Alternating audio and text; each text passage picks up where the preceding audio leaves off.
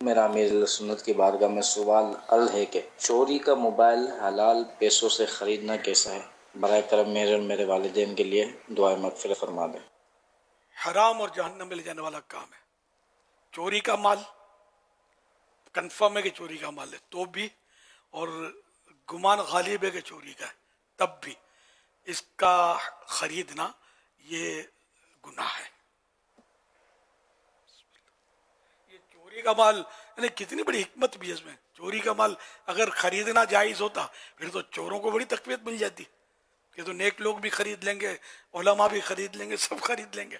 کوئی جائز ہے؟ نہیں، بلکہ ہو سکے تو چور کو پکڑوا دیں۔ اگر کوئی ایسا خوف نہ ہو، فائر کرتا ہو یا مارا ماری ہو جائے تو اب دیکھ لیں اپنی پوزیشن۔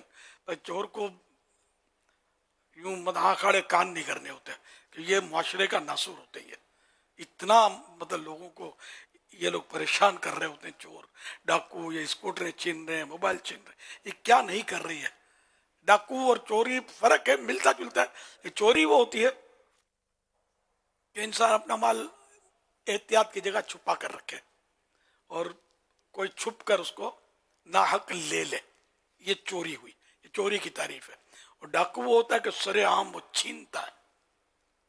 تو یوں ہے ملتی جلتی صورت، لیکن انداز میں فرق ہوا ہے، دونوں کام حرام اور جہنم میں لے جانے والے ہیں۔